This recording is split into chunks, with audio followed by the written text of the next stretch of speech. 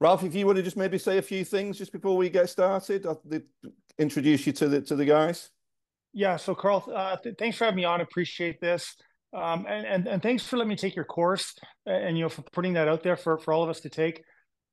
I got so much out of it personally, and it's already having a great impact on my my players. I think I mentioned this to you earlier. I had one of my tour players had a nice top 10 last week, and it was kind of, I feel like one of the catalysts for him kind of getting out of a little mini slump was some words of advice that I passed on that I got from you. So I appreciate that. I'm super interested, obviously. I've spent my entire adult life first trying to help myself get better at golf. And then when I realized that was kind of a bit of a futile effort, I think, okay, well, let's try to help everybody else get better at golf. I've super enjoyed our conversations. Um, and you do a great job of explaining this better than I would, but I think we need to develop skills and then we need to be able to access them, right? And with I think you need both of those things to happen, or the other one's not going to work. It's be able to come to fruition. So really appreciate this. I think, as you've just said there, Ralph, that's been kind of my mission these last few years. Is anybody that I'm working with is to really highlight this idea of A, you've got to develop skill, and then B, you've got to access that skill. And I think it's kind of a clunky metaphor, this, but it's one I've been using for a while now with players, and it's the idea that when you set out on a round of golf for a round of golf, it's kind of like setting out with a ship in the 1800s going onto the seas. And on that ship back then, you would have had a bunch of people with separate skills. You would have had a bosun, you would have had a navigator, you'd have a surgeon, a carpenter, a whole bunch of people on that ship that were absolutely essential to the journey. And I would imagine in those days, probably as now, the journey would never just go in a straight line. It would never just organize itself perfectly. So at different times, different skills were absolutely required. And I think for golfers, I think we've all fallen into the trap at times of just working on our game in terms of positions in the swing, etc., as opposed to looking at it at the end of a season. And I think this is a perfect time to do it now. When you get to the end of a season, can you look at that season and then ask yourself honestly, if I was going to really improve next year, what would be some specific skills that I would work on, and really drill down into those specific skills. I was with somebody the other day and we were talking about this, and he was looking back on his season, and he admitted that for him, one of the things that he kept getting drawn into, as micro as this sounds, he kept getting drawn into going for front pins. And he said he looked back on the year, and there were a number of times that he lost shots being drawn into front pins, ending up short siding himself. But when we talked about the idea of skill building, kind of light went on. He said, I just need to develop the skill of front pins and what I do relative to front pins when I play. And I know that's a real micro detail, but when you start opening up this box of developing skills, it really then is something that a player can set off on, this kind of path to mastery, where you consistently add in different skills as you go along. Now, some of them will be hard skills in terms of technique, centered strikes, club face control, all the things that we know we need to do. But it can be things like acceptance, flexibility, adaptability. But when it's framed in a skill building way, I think it really becomes an interesting journey. And that's what I wanted to really get Ralph on tonight, because obviously green reading would be a phenomenal skill to develop, that I think there's so much room for improvement for so many players. But the whole area of skill building around putting, to me, is really exciting when you get the kind of information that Ralph has. So maybe at this point, Ralph, if you could sort of just open up and begin to sort of share some ideas on some of the key skills in putting that you feel that most players could really develop in the future. Yeah. So I'm going to kind of backtrack here a little bit. and I'm going to go back to your course for a second if I can. And when I took your course and I applied to myself, the first thing I did was the reflection exercise, right? Because that kind of, I started with the end in mind, right? And so I said, okay, well, here's where I want to get to. Then now, how do I get to that? So I'm going to start this the putting portion of this off, kind of with what to do after a missed putt, right? So and what we can learn from that. So I've been fortunate enough to work, on tour since 2009. I've worked with a lot of good players, and basically, players have one thing in common: they hit a putt, and they always blame their stroke. So if we could learn, to have a breaking putt, to go ahead and hit it, and if it misses on the low side, if we could, step back and learn from that and say, hey, we made a whole bunch of 6 footers, with our chalk line. They all went in. It's probably not our stroke. Let's just think about, hey, I played 11 inches of break there. I should have played 14. And if we could, you know, accept the fact and default to the fact that, hey, our stroke is good. We've got a nice stroke. We've been working hard on it. We get to the golf course. We're going to miss some putts. If we could learn from each putt, and become better green readers as a result of that, it's going to be super helpful. So I've spent, I've had a good run on tour, the last, 15 years or so. And one of the things I've found very helpful was to, if anybody follows me on social media, I'm always laying down on a putting green. So I'd go to every event other than the Masters. You got to be careful there with the, um, but I would lay down the putting green. I'd right behind the player, have my dominant eye in the target line. I'd watch him hit a putt. This I pulled down. I'm like, no, you didn't aim high enough. Let's aim a little higher. Right. Then they start hitting him, and they start to accept the fact that, well, Ralph's laying on the ground. I can't argue with them. So if we can get better green reading, we get more confidence in our stroke as well. And it's kind of like a snowball effect where we're like, hey, I know my stroke is good. I'm getting better at green reading. Again, we're acquiring a skill, and we're going from there. Well, I wanted to come up with a system. I can only lay on the ground behind so many people. So I wanted to come up with a system that would help anybody. So we came up with Tour Read, which is a green reading system that, there's so much ambiguity with putting, like, oh, imagine where the water runs, and visualize this and visualize that, and those are great. We do need to visualize, but we need to acquire the skill of accurately predicting how much putts are going to break. So if anybody's tried it, basically what we do is the phone's unbelievable. These phones know so much about us now, but the phone's got a 360-degree level in it. So if I've got a putt here, I can just set it down, tap it. It's going to give me a quick read, and it'll say, exactly how many inches, I need to play this putt. So for some people, like, that's going to be the starting point to our green reading system that people find super helpful. And Karl, I don't know if you had a chance to try it or not, but it's kind of funny because I designed it for the average player. I kind of designed it thinking, okay, what's going to help a 10 handicap? But the first people I tested it out with were PGA Tour players, because they're all my buddies. I was out there every week, so okay, I'm going to test it on tour players. So what I found was, if a putt is going to break 10 inches from the center of the hole, the average PGA Tour player is going to be able to recognize 70% of that. So they're going to play 7 inches, right?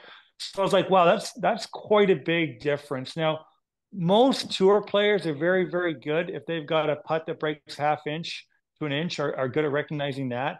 It's when we get to the larger breaking putts, anything above, 1.5% slope, that they really, really start to, 30% is a lot, right? So they really start to, their green reading skills really start to deteriorate.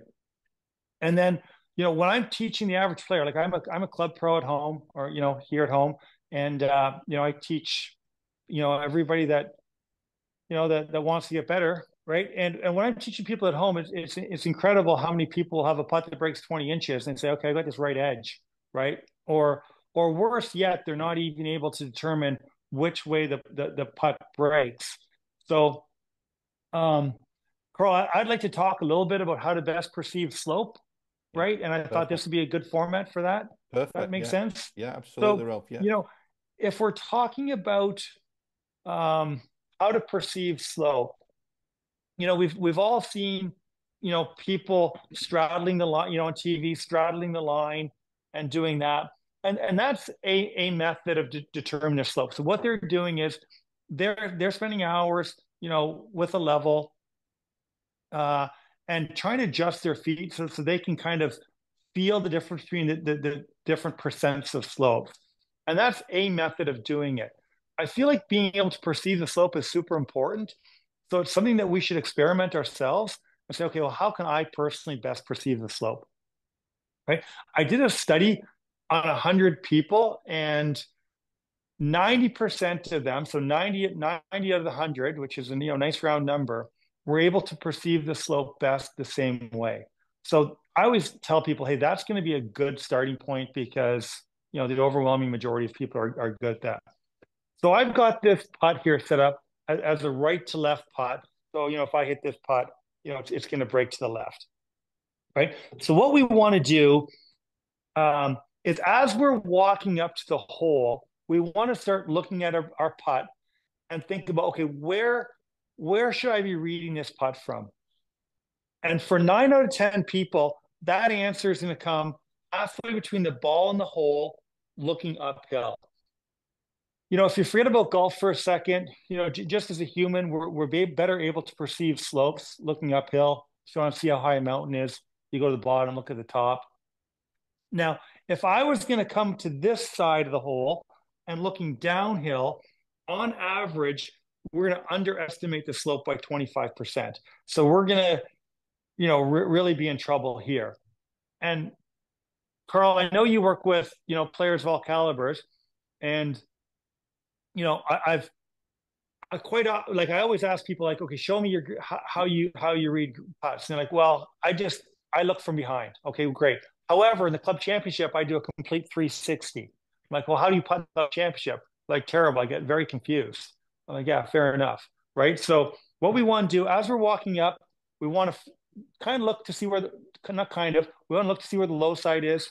We want to come over here, and then this is going to be the our best chance of perceiving the putt correctly. I see a lot of people then will say, Ralph, I can't even figure out which way it's going to break. So, and they're making the mistake of looking directly between the ball and the hole. And we need some context. So what we want to do is we want to look on one side or the other. And we're like, okay, what's higher? Side one or side two? What's higher? Side one or side two? And every player I've done this with is like, oh, okay, well, side one's higher. Like, okay, well, that's good. That's a great starting point. And now we determine basically how much. And Karl, you do a great job with your students and ask them questions, right? And to me, that's kind of my favorite little putting question, like which side's higher, side one or side two? And that gets them to be able to perceive the slope very, very well and very, very quickly. I love that, Ralph, and I think delving a little bit into the accessing the skills side of it now, to me, a big part of that, something that Fred reinforced to me, Fred Shoemaker always reinforced to me, is that how the game is occurring to you is hugely important. Whether you see the golf course as a threat or an opportunity, and it's the same, I think, on the green. Do we walk on the green with a sense of it being an opportunity, or is it a threat? And I think for an awful lot of people, it falls into the threat category because we get into, I've got to make this to make par, I've got to make this to make birdie, and we get into all kind of outcomes. One really useful frame I've found is to say to people that when you go out on the golf course, when you walk onto the green, you've got a bunch of different puzzles to solve. You've got at least 18 puzzles to solve when you walk on every green. Because once you frame it that way, that it's a puzzle to solve, I think it becomes a little bit more playful. It becomes your mind becomes a little bit more curious about how to solve that puzzle. It's not so much pass or fail in terms of whether I can make the correct stroke or not, or what's going to happen in terms of outcomes. So I think framing the reference of putting, I think, is really important when you start looking into being able to access those skills out on the course. I know you've mentioned there about prediction, Ralph. I say to people that when you're building your putting skills, the skill that you have to develop is the skill of prediction, but it's the skill of prediction based on one attempt. It's a really interesting drill I've found with players is get them to hit 9 different putts from 9 different locations between sort of 6 and 20 feet with a notebook, and it's kind of a little bit of onerous task at first, but basically get them to predict what they think the golf ball is going to do, verbalize it, and then actually see how the reality turns out relative to that prediction. But again, I think if you highlight this idea that I've not only got to develop a better control of pace and better control of line, face control, but I've got to develop prediction skills. And I think that's where the tour read, Ralph, is so phenomenal that you've now got something objective to develop that skill of prediction. Yeah, and I mentioned this to you before that if you take the average PGA Tour player from 12 feet in a controlled environment like this, their start line control is good enough that they should be making 90% of their 12 footers, you know. And then on the PGA Tour, the make percentage from 12 feet is 30%. So there's a 60% difference that's not attributable to start line control, of putts that we're leaving on the table, right? So to me, our instruction, certainly we want to get good at straight putts. And then if we can get good at turning every putt into a straight putt, by predicting it accurately, and then hitting our putt and let gravity be our friend, that we're gonna make more putts. And Karl, I know everybody talks about this, and I've got various opinions on this, but you're the expert. You know, but how important is confidence in putting? I know it's a bit of an open-ended question. Well, I think you then sort of drill down to what is confidence. Everybody uses the word confidence, and we say, well, so Sure. what does the word actually mean? And as far as I know, it's a Latin word, and it means with faith or to have faith. And you then say, okay, well, what do I want to have faith in? And I think what you're saying, Ralph, here is so important with this is that people build their faith or try and build their faith on developing a perfectly repeatable putting stroke. But unfortunately, then if you go out on the golf course and you haven't got the skill of prediction, as you were saying before, you're going to start blaming the stroke. So it's a constant loop that you're going through, that you start putting, you miss a load of putts, you blame the stroke, and then you go down the rabbit hole of trying to fix mechanics all of the time. Now, we're not saying mechanics don't have the part to play, but I think to build confidence based on understanding the different skills that you require, I think then that confidence will start to build. And there's no question that once you get out there on the golf course, you need to build your confidence on stable skills. You can't just close your eyes and tell yourself you're going to be a wonderful putter. You've got to earn some confidence based on the processes that you go through. Just on this though, Ralph, and I'd like you to sort of touch on it for everybody listening. You said something in the podcast that I thought was really important, that most of the putting gadgets these days that you see are very much focused on the path of the putter. All the sort of mirrors and things like that. But if you could perhaps just go in for a bit of detail, Ralph, for people who haven't heard this, that there's actually, minimal return on that because the path of the putter is perhaps nowhere near as important as we once thought it was. Yeah, I'm just looking around my room and I've got, one, two, three, four. about five of those gadgets in here, right? And I feel like most modern instruction is is focused on manipulating the putter head into having a good path. And good paths are important, but in terms of how much they actually affect the putt, it's not very much, right? So, it's there's certainly minimal return on focusing, and artificially on focusing on your path in terms of your improvement. And I get so many players, they're like, Ralph, I don't get it. I'm a good putter. I'm not a good putter. I don't understand why, because I practice my path every day. I'm like, well, okay, that's such a small component. It's not even funny. Now, if I could backtrack a little bit, and I got a video here, right? If I could backtrack a little bit, I always think our posture is very, very, underrated in terms of putting. And if we can have good posture, nice stable lower body, nice tilt from our spine, our scapulars are back, and we can control that stroke with our shoulders, well, then the path is going to take care of itself. So if we could have we all work hard on our setups and our full swing. I think the setup in the putting is very underrated. Like if we can have a great setup and then a really nice clean routine, we'll be in good shape. And the path of the putter, it is a factor for sure. But boy, it's a lot more repeatable on the golf course if we just try to improve our path by having a good posture, right?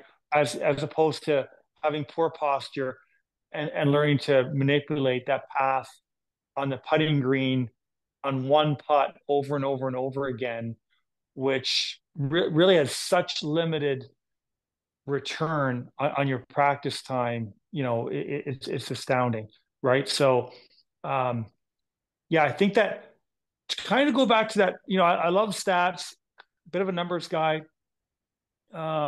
If we can go back to the fact that tour players are leaving 60% of their putts on the table from 12 feet based on speed and predicting the break, that's what we should be focusing on.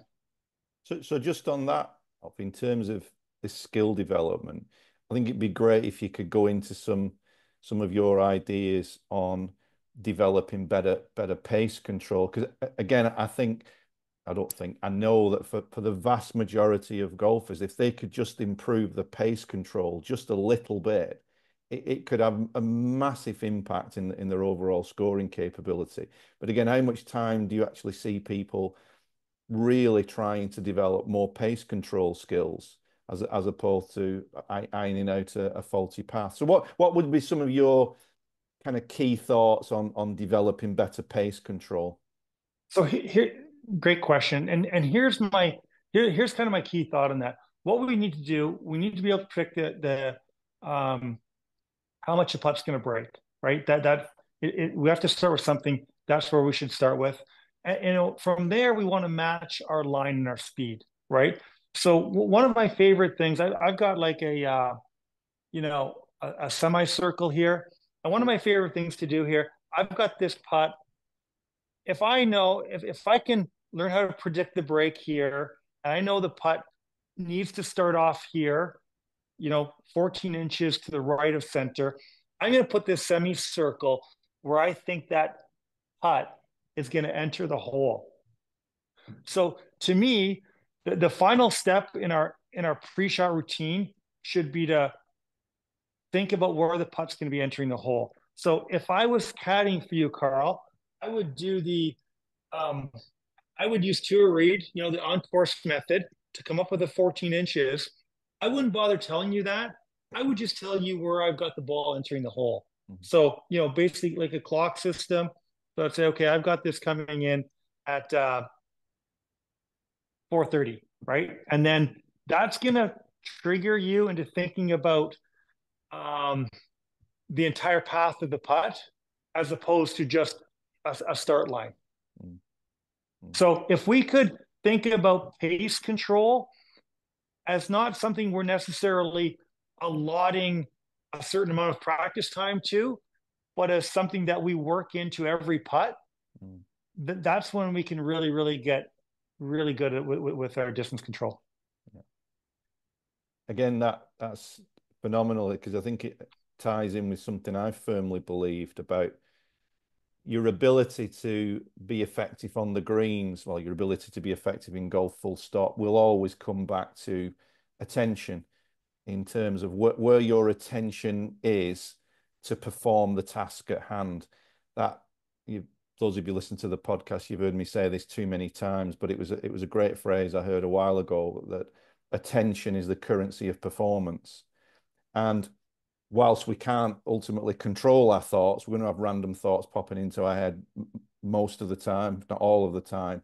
What we can do is engage in deliberate thinking in the sense that when you walk onto the green, if you know that you have to place your attention in certain places to elicit the skill that you've developed, I think it then ties in with that question that Gary and myself put in the Lost Art of Putting books, that simple question, what does the ball have to do to go in the hole?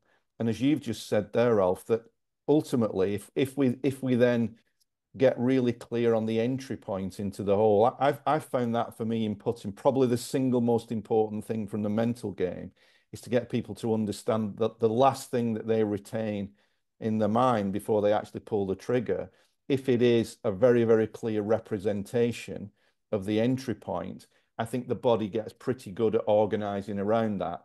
And yes, we need the underscore of the development of skills of face control and green reading and things like that. But ultimately, for a performance state, you know, the ability to hold that entry point in your mind's eye, I think is a really powerful way to then be able to elicit your skills when you're actually on the course. Does that kind of tie in with your thinking, Ralph?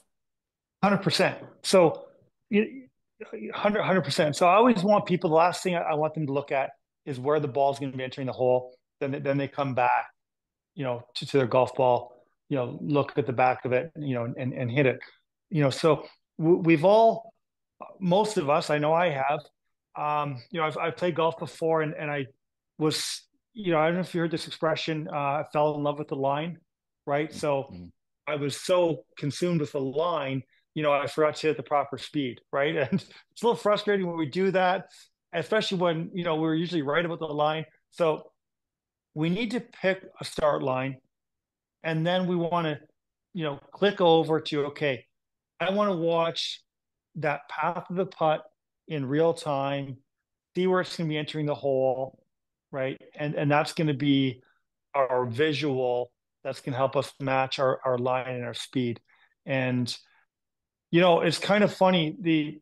My first idea for the app was to place it down and call it entry point and tell you where it's going to be entering the hole. It was pretty cumbersome to do that, but really what we want to do is we want to pick a starting line, and then we want to think about how that putt's going to be entering the hole. Mm. And I think what that does, then it ties into another element that I think is so important in terms of eliciting the skills that you have. It ties into what is the overall story that you tell yourself about your capabilities on the greens. That, those mind factor coaches who are with us tonight, we know that this has been a central theme of the sort of stuff that we've done over the last few years about understanding what is your story that you carry around?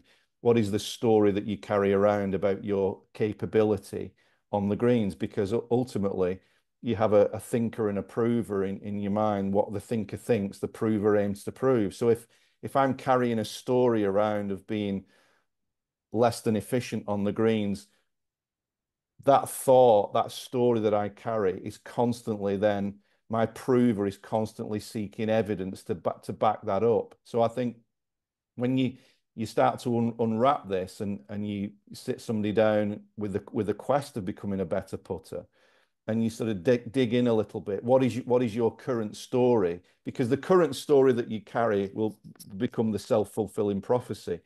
And I think unless you have the ability or become aware of your current story, but then start to change the story, And changing the story doesn't happen again just by telling yourself that you're wonderful on the greens. Telling yourself, giving yourself a different story whereby you have a clear narrative of what you need to do when you walk on the greens. You've got a clear process to follow. You've got a process that you know that you can trust. Using something like Toread, you're basing it on evidence that you're getting better at reading greens. Then all of a sudden, if the story can start to adjust from I'm useless on the greens to I'm at least developing these skills that's going to lead to competency, the story starts to evolve. And then the prover starts to look for evidence that that you're actually getting better. But I think if you don't address the current story that you have about your capability, not just on the greens, but in any other part of the game as well, the story will always remain the most powerful thing. And subconsciously, we then seek to prove the story over and over again. So I think, Ralph, the great thing that you're doing here is providing people with real concrete tools to begin to adjust their story. Yeah, I love that story analogy. And I quite often ask my players, like, going, okay, imagine a reporter's asking you after the event, why'd you play so well? And they're like, well, I'll say, okay, well, geez, I hit a lot of greens.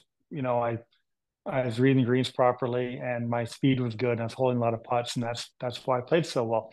And that helps create a bit of a story. And well, then that's what we should focus on, right? If that's what you think you're going to be telling the reporter at the end of the week, why don't we focus on those skills that are going to have that come to fruition?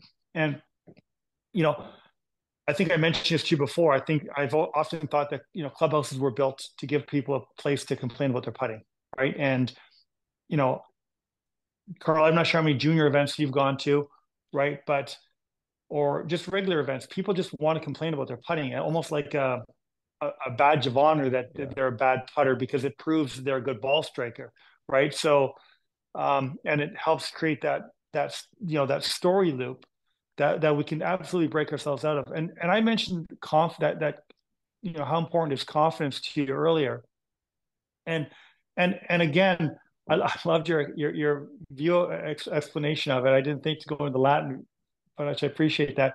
But to me, I found that if we can hit a putt and we miss it low, and then we say, oh, I thought that was a 3% slope. It was actually a 3.5% slope. Now we're learning, and we're getting better at solving a puzzle instead of feeling bad about ourselves for pulling a putt, if that makes sense. So I found that if we could hit our putt and then afterwards, if it misses, just be aware of the fact that, hey, we estimated the percentage slope wrong, right? That doesn't hurt our confidence. That's not bringing doubt into the equation. We're not trying to change something that's not broken.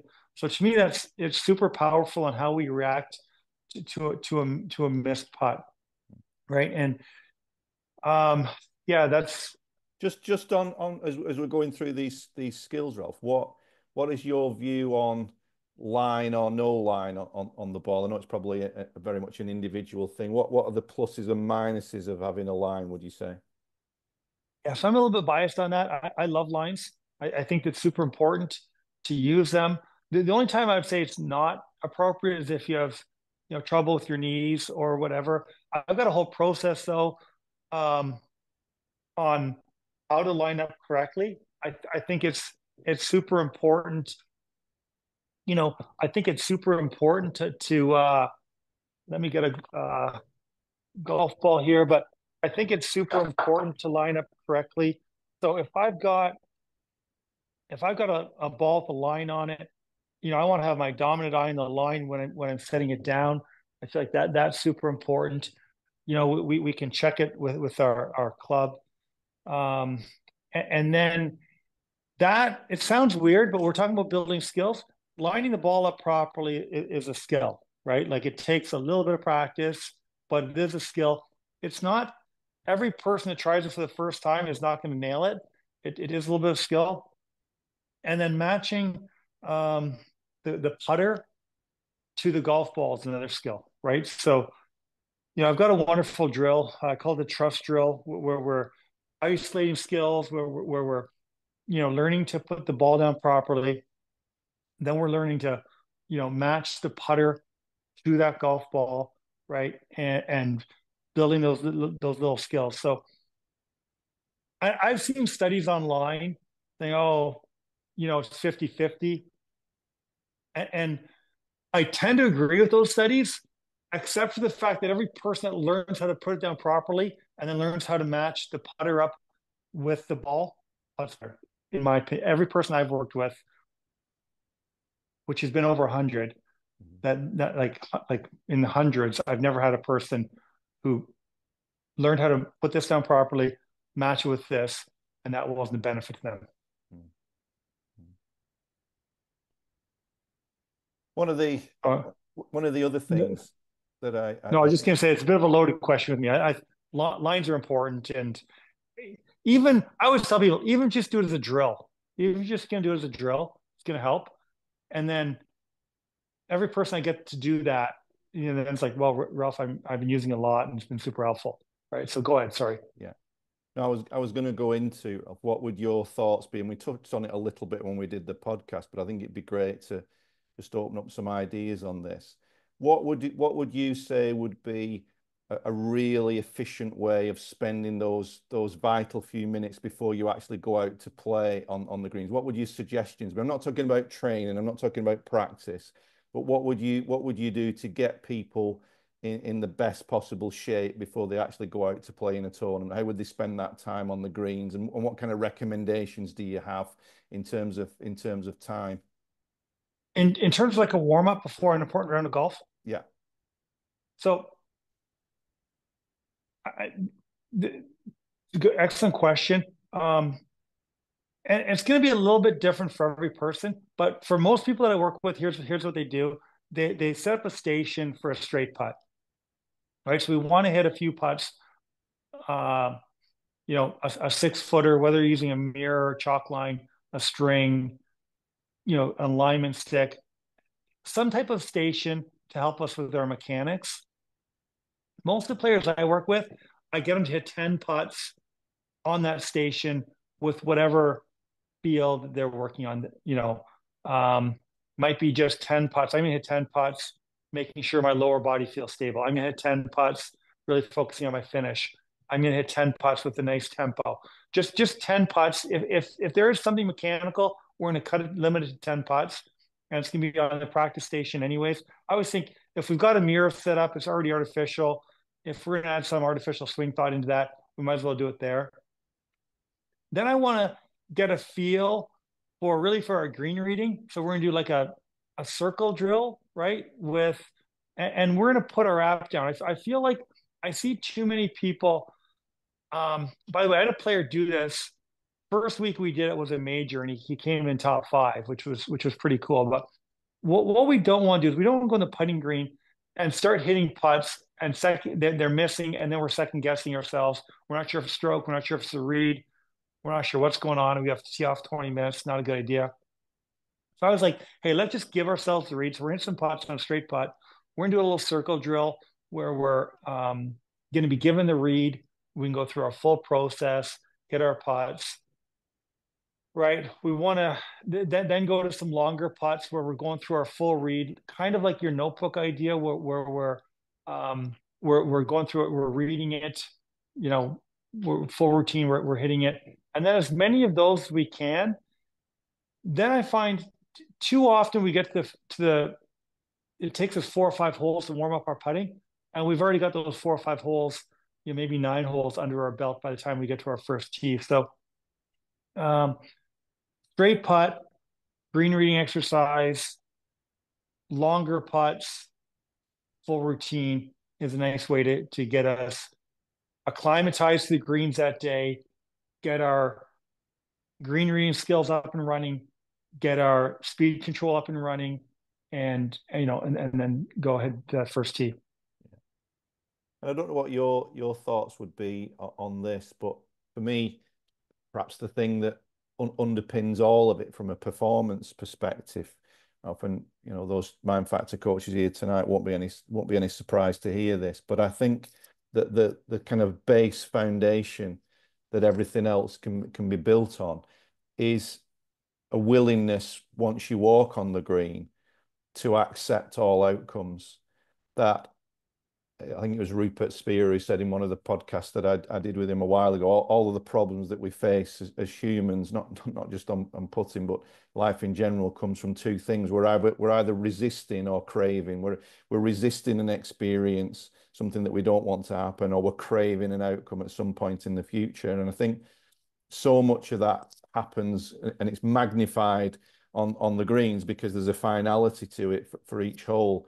But I think if you can create a willingness to accept all outcomes, it can sound quite negative to people when they first look at this. What you're telling me, that I've got to accept that I'll miss a bunch of putts? Well, no, we're accepting the reality of the game. I think if you can develop that skill of acceptance, if you're willing to deal with whatever the ball does, whether it goes left or right or in, if you're willing to deal with whatever the outcome is, if you're okay with missing, you're then free to hole it. And I think then with a sense of acceptance as you walk on the green, then you're free to just get curious about what you do, what you need to do to hole it.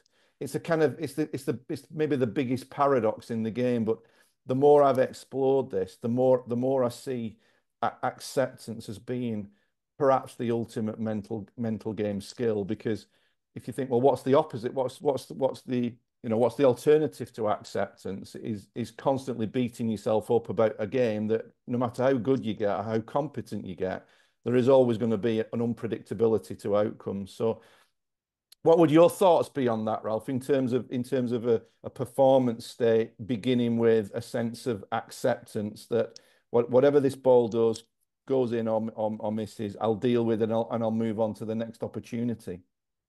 Yeah, 100%. And I love the idea of being curious, right? So if we, and I like your, you know, I'm kind of torn here. I love the acceptance. I love the curiosity. I love the thought of keeping this as a puzzle, right? So if we could, if we could go out there, and what I do with my players, and what I want people to do is, I want them to go trust the process, right? And go through the process, and whatever the results are the results, right? And they have to,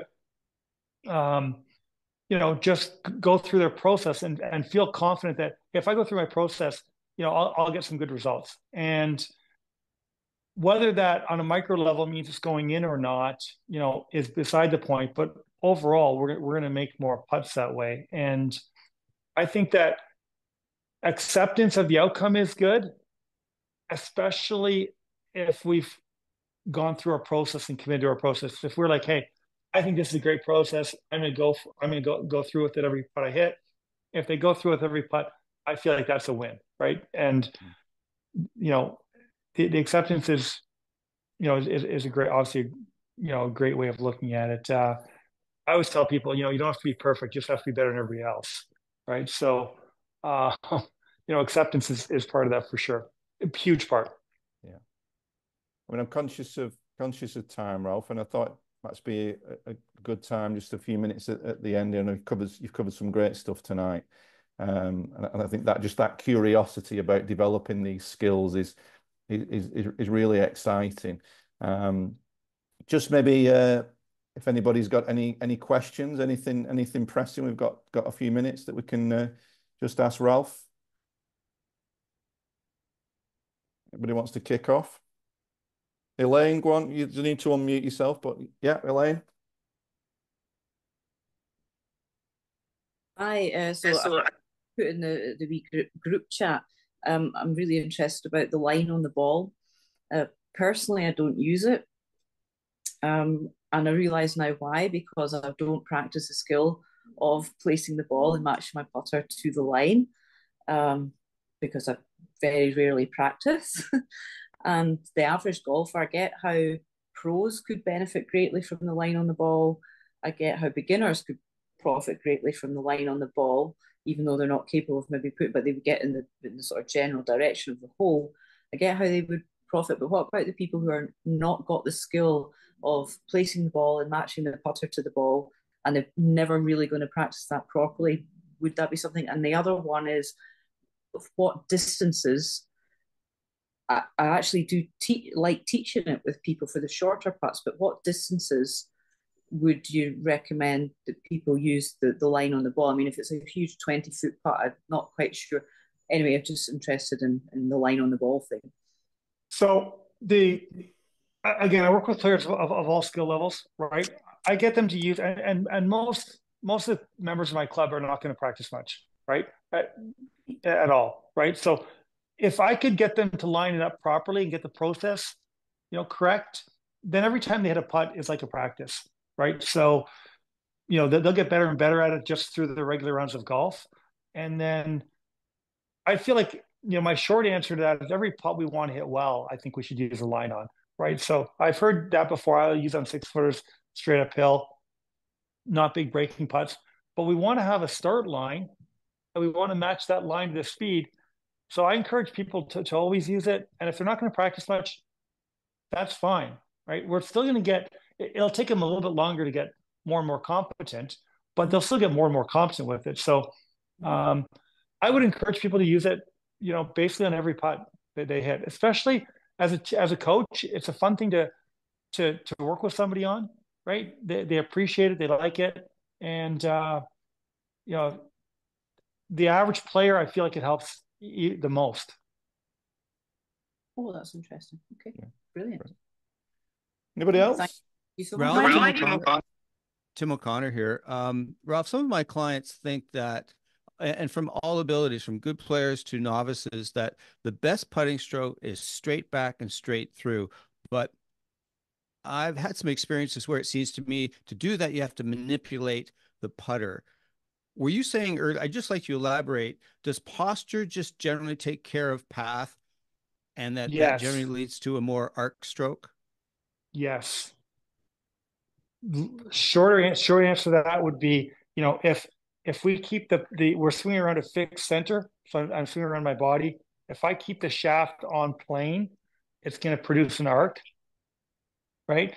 And straight back and straight through would you'd have to change your wrist angles. You have to move your arms away from your hands. It doesn't make sense when we're swinging around a fixed center to try to create a straight line. I feel like, does that make sense? So one of the things I really like to do is to dispel that myth, because you're right.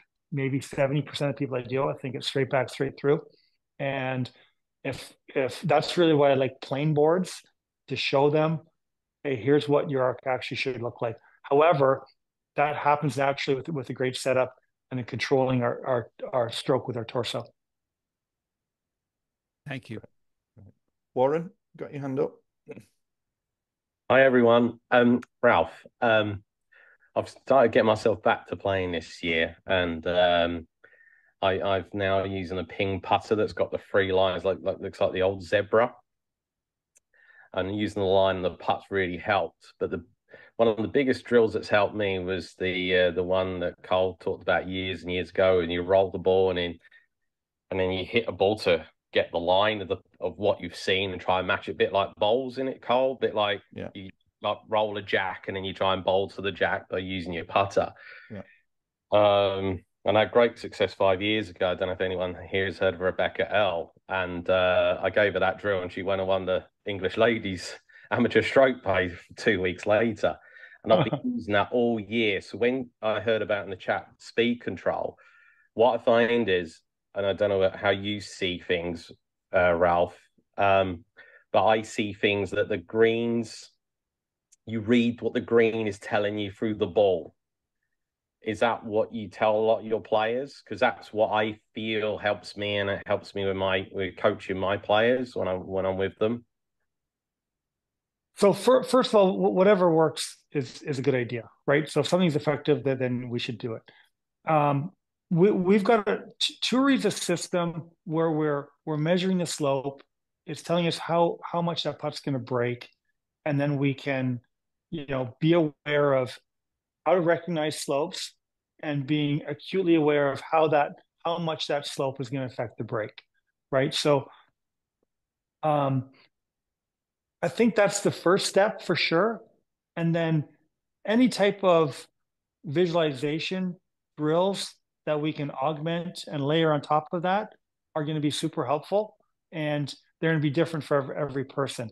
And I feel though, if we don't have, by the way, I pulled an old zebra putter for you here, but if we don't have that initial layer of being able to accurately predict break, I feel like no amount of visualization is going to, let us perform at our best.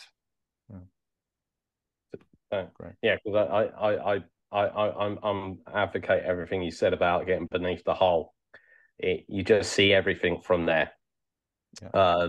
I got told years ago, if you put your feet either side of the line, you can create normalization. Is that something you agree with?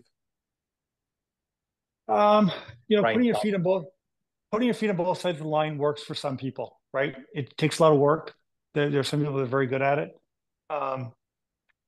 It's not something that you can learn once though and carry with you for your career.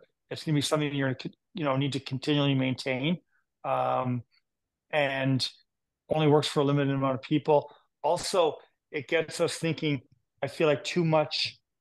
It's a little too segmental of the putt. Whereas when we come down, I look at the entire path in its totality. It gets us thinking. It's going to help us be more aware of our speed control. Yeah, I totally agree with that. Totally agree. Great. Michelle, you've got your hand up. We'll do two more questions. Michelle and then Colin. Thank you, Karl, and thank you, Ralph. You helped me with my college team that I coached earlier this spring. And so we've entered into our fall season now. And from the stats that I collect from my team, we lose anywhere from a half a stroke to a stroke and a half from intermediate length putts, like 10 to 15, 16 feet. And so I'm just curious, like, what, if you have any drills that you use with your players, but I struggle with like coaching them in terms of the mentality. I mean, I do practice the acceptance piece of that. But would you suggest going into those length putts with more, let's try and make it, or let's just, if we're going to miss, let's just give ourselves a tap in for the next one? I feel like we should always just try to hit a good putt. Like I don't get any of my players say, hey, let's try to make this. Let's try to get it close. We're just trying to hit a good putt, and we're trying to, if we could do more drills that are based on green reading and matching our line and our speed, that's gonna be super helpful for them, right? And that's kind of my short answer to that one. Like mid-range putts, like if you look at statistically, putting is the last, like it takes longer to get better at putting than everything else, and which doesn't make sense. Putting stroke is pretty simple, right? So it's the green reading component that's holding people back. So if we could spend a little bit more time on green reading on those, that'd be the way I'd go about that for sure. And being curious, being accepting for sure, but as long as we have a good process, we commit to it, we go through it, then we'll do very well. I think it comes to a couple of things, Michelle, really, is that it would be clarity of intention. As we've said, what is it exactly the entry point? What is it that where you want the ball to go in the hole? But then understanding where your attention is when you're actually, are you able to hold that in your mind's eye? As Izzy Justice said on one of the podcasts I did with him, being able to take the target and then hold the target. I think that's you can understand what the target is, but are you able to hold that in your mind's eye in those couple of seconds when you actually pull the trigger? Ultimately, it's quite a unique sport that we play, that we're not actually looking where we're going. Every other sport, when you're trying to move an object to a target, like a basketball to a hoop or whatever, we're looking where we're going, but with golf, we're not. So actually having a very strong image of what we intend the golf ball to do, I think is a really important area for players to explore. Great, thanks. Colin? Hi, Karl. Hi, Ralph. What I'd like to ask is if you use any drills for skill development on speed of greens and just developing the touch really. What do you like to give your players? So I've got a nice one here that I like. I'll take 3 golf balls, right? We'll do this on a bit of a longer putt. The first one, I'll take a look at my target. I'll go ahead and hit my putt, right? The next one, I'll get set up. I'll close my eyes. I'll hit my putt, right? A little hard there. And the third one, I'll go through my regular process and hit my putt. I feel like that way I'm seeing it, I'm feeling it, and then I'm experiencing it. So it's a nice way to do it, because those first couple, if we don't hit a great putt, we hit them a little too hard. It's not really going to hurt our confidence either. We're just kind of being curious about it, like going, okay, well, that putt broke more, or that putt went further than I thought. That's cool, right? Um, we're not placing too much importance on the outcome of that. We're just getting better with our speed, if that makes sense. So that's my favorite one, 3-ball drill. I basically get everybody to do that. Okay, that's great. Thanks. It's a great drill, that, Ralph. And it really absorbs somebody in that learning process that we've talked so much about tonight. I'm conscious that our time's run out. It's disappeared very, very quickly for me. I hope everybody's enjoyed the sort of things that we've shared tonight and give you some food for thought. I think, to summarize, for me, this idea of developing skills, being very specific on what those skills are, and then understanding what you need to do to access those skills, I think is a wonderful direction to go. If you haven't got the tour read, I'd strongly recommend everybody have a look at it. I think it really is a game changer, and the app's fantastically easy to use. You know, Ralph's putting course that I'm doing, the certification for coaches out there, I think is a brilliant course, and I think there's a wonderful opportunity to blend, in terms of coaching, the technical side of it and the harder skills with an understanding of what mentality, what mindsets will allow people to hold more putts. But Ralph, I wanted to thank you ever so much for your time. I know you've coached at the very highest level for such a long time, and I think to share so much great information tonight has been wonderful. Any closing thoughts that you have? No, Carl, just thank you very much. I learned so much from you in such a short period of time, and it's already having a big impact on me and my students. So thank you very much for that on a personal level. Thanks, everybody. Hope you've enjoyed it. If you've got any feedback, just drop us a line. I'm sure you've got Ralph's contacts on. Ralph, what was the website again that you're on, just to remind everybody? Our website's tourreadgolf.com, and I'm on social media more than I should be. So if everybody wants to send me a note, feel free. Yeah, and for those of you, if you don't know, my website is the mindfactor.com, and the podcast is the Mind Caddy that's out every Friday. But thanks everybody. Thanks ever so much for turning up, and thank you. Hopefully it's been beneficial. Thank Good night, you. everybody. Thanks, Carl. Thank you. Thanks, Carl. Thank you. Thanks, Ralph. Thank Everybody. you. Good night. Good night. Good night, all.